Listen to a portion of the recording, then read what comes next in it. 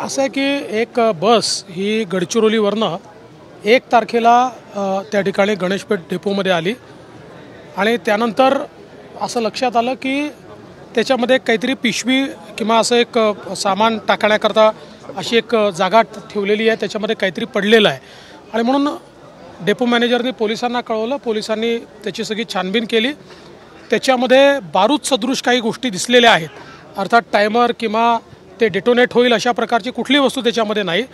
पण जे काही होतं ते आपण UOTCमध्ये त्या ठिकाणी नेऊन त्या संदर्भातली जी काही पुढची प्रोसेस आहे ती प्रोसेस केलेली आहे आणि आता याची सगळी चौकशी आपण करतो आहेत आणि यासोबत गडचिरोली पोलिसांनाही इन्फॉर्म केलेलं आहे.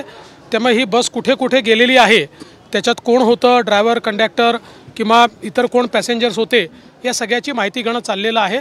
सगळी माहिती आली की तुम्हाला नंतर सांगण्यात येईल. ABP माझा, उघडा डोळे बघा नीट.